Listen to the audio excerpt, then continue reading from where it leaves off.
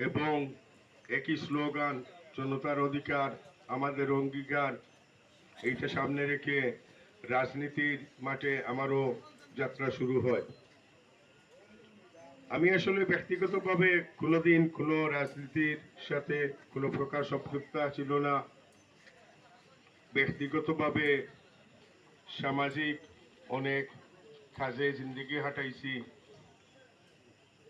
এবং একটু আগে আমাদের এক ভাই বলছেন যে প্রবাসী হলে ফোন করছেন, ওদের কিছু নানান অসুবিধা নির্যাতনের শিকার, এরা দেশে আসলেও 2019 থেকে আমি প্রবাসী অধিকার পরিষদের মহানগর সভাপতির দায়িত্বে ছিলাম। বর্তমানে যুক্তরাজ্য প্রবাসী অধিকার পরিষদের সহসভাপতির দায়িত্বে আছি। প্রবাসীদের অধিকার আদায়ের ক্ষেত্রে আমরা দীর্ঘদিন থাকি লন্ডন এবং বিভিন্ন দেশে, আমাদের 52 দেশে কমিটি আছে।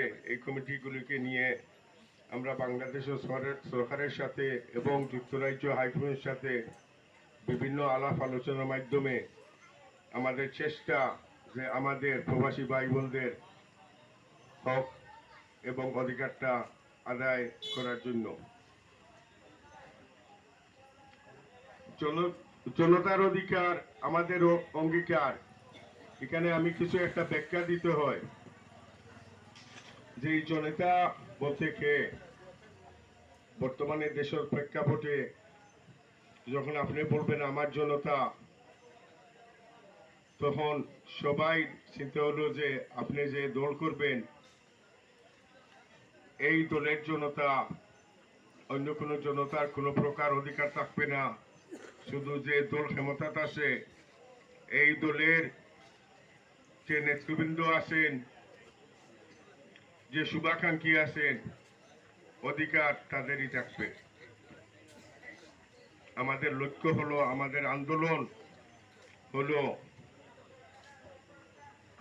আপনি ভিন্ন মতামতের হতে পারেন, আপনি ভিন্ন দলের হতে পারেন, কিন্তু আপনি এই বাংলাদেশের নাগরিক হিসাবে আমার যে অধিকার, আপনার এই অধিকার, সবার অধিকারটা সমান থাকবে। এখানে কোনো বৈষম্যতা থাকবে না।